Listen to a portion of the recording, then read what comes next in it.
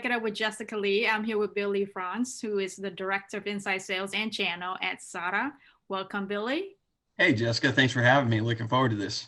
Yeah, this is an interesting conversation because you guys are actually a service provider, very heavily invested in the Google Cloud platform, helping a lot of clients with the migration to the cloud and expanding that usage. So as Inside Sales Director, I wanted to get you to share with us how has the business been going, what some of the trends that you're seeing in the marketplace, and then get into the tips and best practices that you can share as a inside sales leader. Sure. So from our perspective, right, Google classifies SADA as a value-added reseller and systems integrator.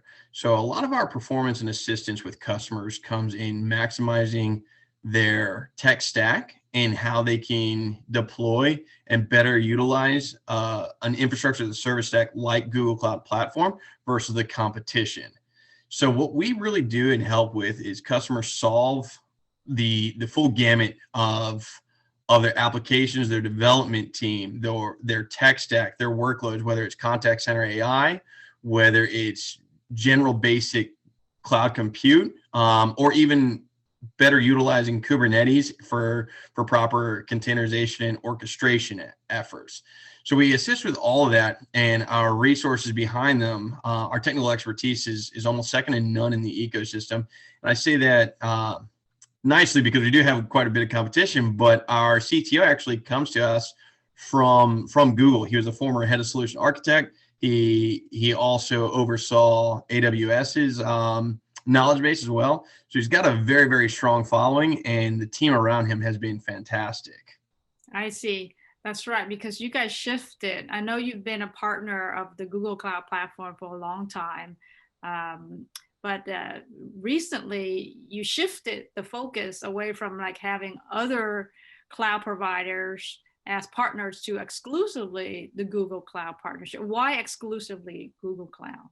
Yeah, so we had a Microsoft practice that we sold off in March of last year. And the reasoning for us to look at Google is that from our standpoint, we felt that Google offered a stronger tech stack for us, and we believed in the vision of where Google is going and becoming a disruptor in the marketplace, and also growth potential are the big drivers and big factors on that. And also too, just we believe in the technology, the evangelization and implementation of that. We have the skill set for that. That's maybe not as crowded of a marketplace in growing that base with our customers as well. I mean, I would think that customers want multi-vendors. Nobody wants to be locked into just one cloud provider. And as a reseller, I would think that you're supposed to be this trusted advisor and providing multi-opportunities and options. So I would ask that, doesn't that kind of counteract what customers are asking for? A little bit different, actually. So our methodology, we are all on board and have fully embraced that customers everywhere are going to either a hybrid cloud strategy or a multi-cloud strategy. So I want to be very clear with that. It's not that we're pitching against that, but rather from a consultation standpoint, SADA's value add is if you are looking at Google Cloud, wouldn't you want the one vendor that it specializes in that rather than a vendor that has 3 or 4 or 5 different specializations? So that's kind of our philosophy. Rather than having 4 different horses in a race to win and saying, hey, you pick, now we have a true sense of a point of view in terms of saying, hey, here's why we think Google's the best, so much so that we specialized it. While you're looking at a multi-cloud strategy and you're considering GCP, you should consider your GCP movement with SADA. So that's kind of our niche and differentiating factor in the marketplace. Okay, I understand.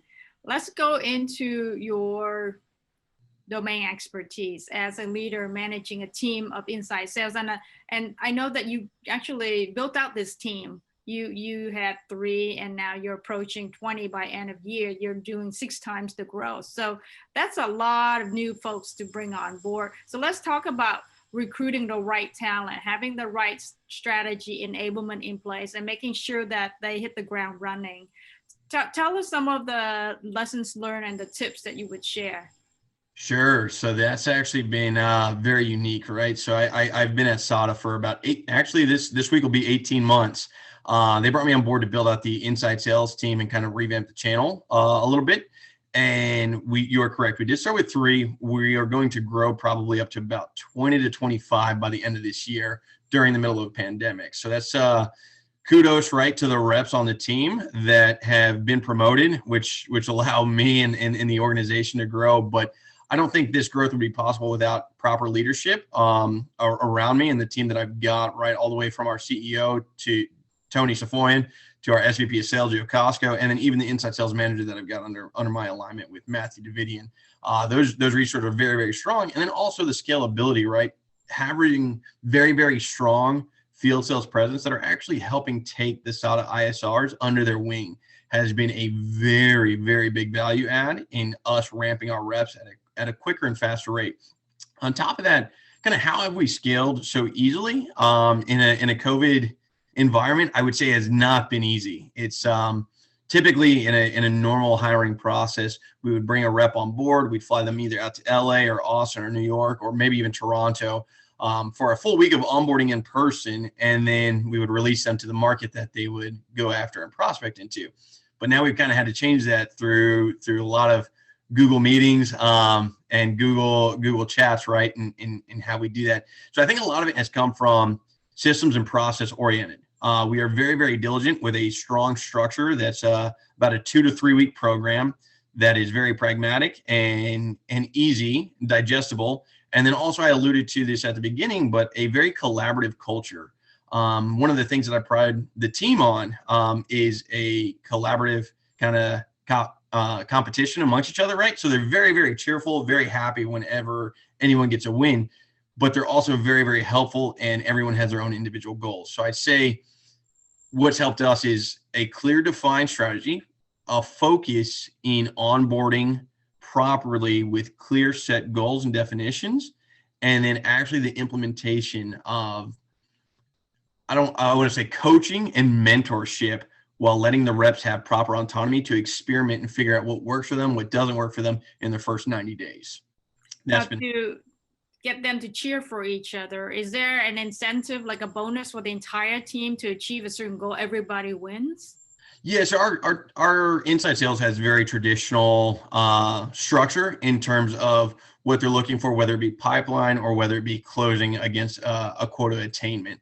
And then as far as the collaboration goes, I think it goes without saying that the team, we have a very unique culture where on Fridays we'll hop on team calls, we'll have some fun and really try and get to know each other within the work hours through the 1 by 1 inch boxes of a computer screen, right? On a shared meeting. So that part has been really, really fun. And that's where the collaboration comes in.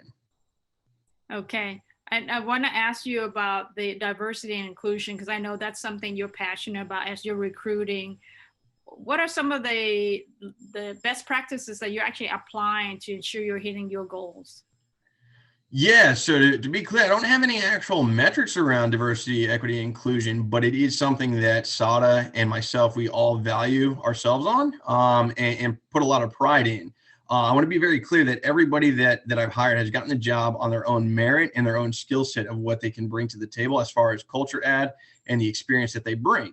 So I'd like to give a huge shout out actually to our head of HR, Orkita, and then our head of talent acquisition in Manny Santiago. Both have done an exceptional job in attending workshops as far as how to write a job description that would enable anybody, regardless of creed, race, gender, orientation, what have you, to apply and not be limited based upon subject, verb, or object write-ups in a job application. So that's been a big focal point.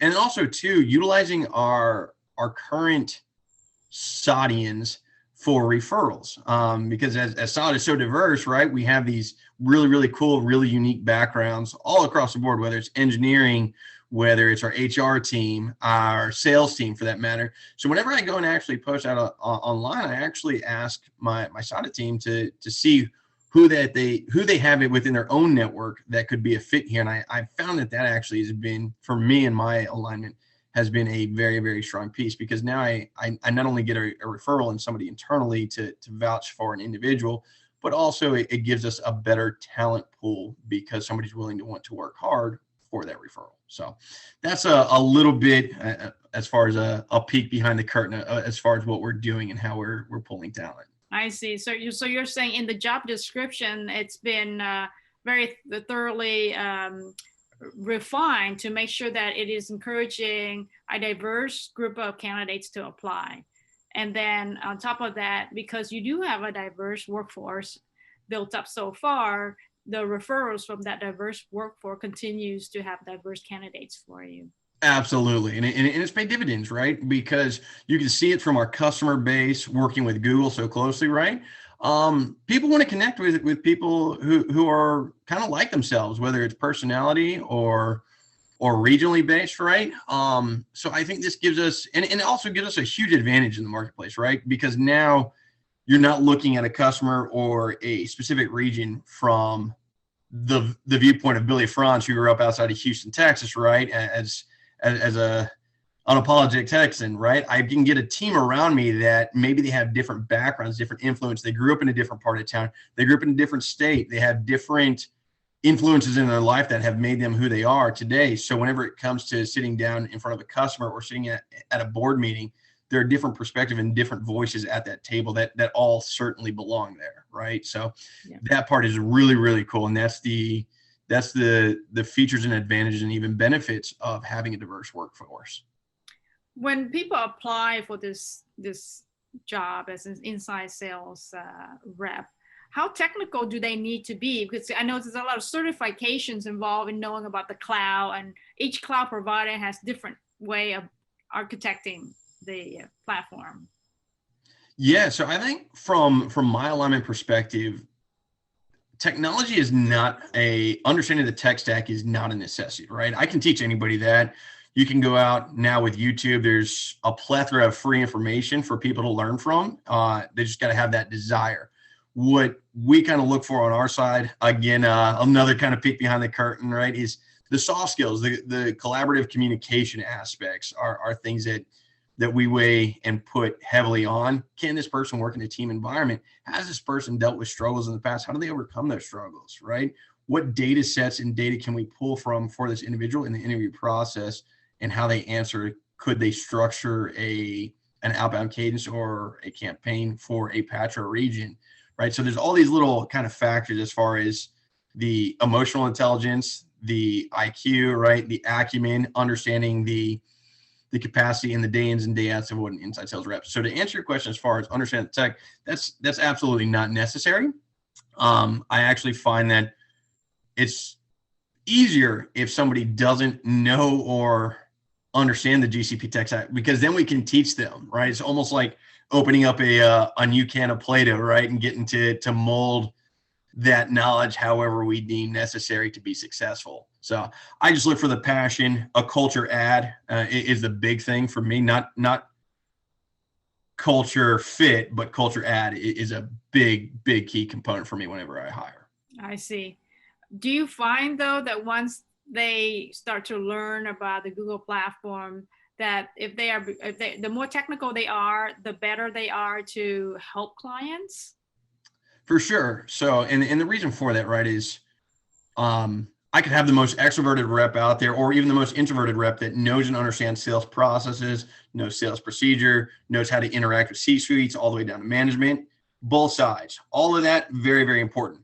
But if you don't know the tech stack and what you're talking about, and grant you, like I said before, you can learn that, but the more knowledge that you have, as far as the product knowledge, the deeper and wider that you can go, whether it's from the C-level all the way down to management or individual contributors for that matter, the better off you'll be, because it gives you more tools in your arsenal to help that person solve a business challenge or a business need. And that's something too that I would actually point out, that understanding the technology, understanding the different roles and how the product solves for their needs is a necessity, but more so just talking business, being able to talk business and how technology can help them solve for those business needs is the real driving factor.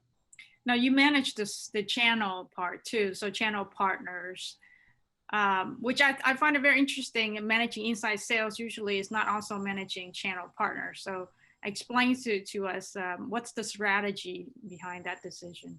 Yeah, so from our decision, my CEO and SVP sales saw my background. So I started personally on inside sales, then I moved to field sales, then I had some partner and alliance and channel experience in the field as well. So they kind of saw this unique hybrid approach on my background and said, hey, look, we've got these kind of two facets at SADA. We look at, from our perspective, the channel and inside sales as new logo acquisition.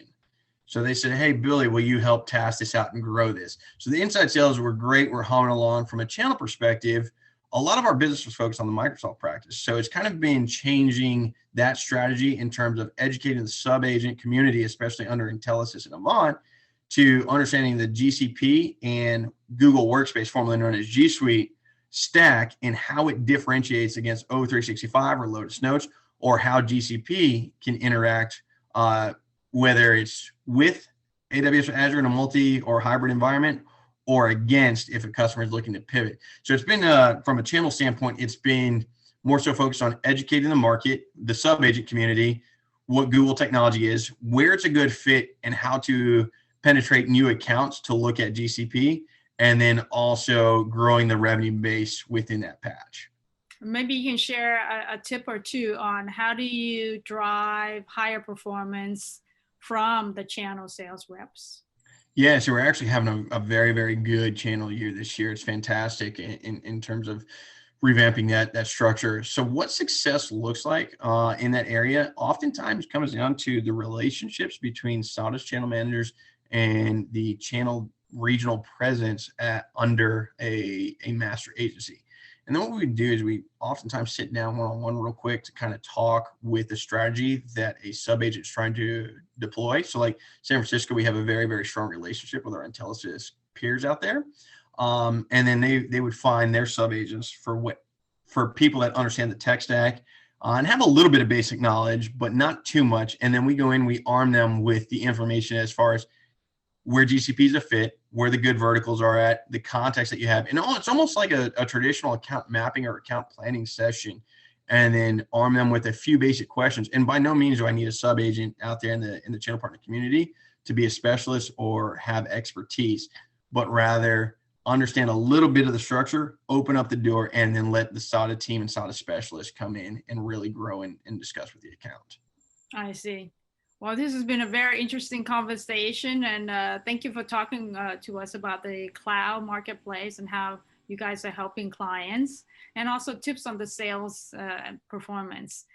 I appreciate you being on the show, Billy. Thank you, Jessica. Thanks for having me. It's been a pleasure. Look forward to the next one. There you have it. Take it up with Jessica Lee, Billy Franz from SADA.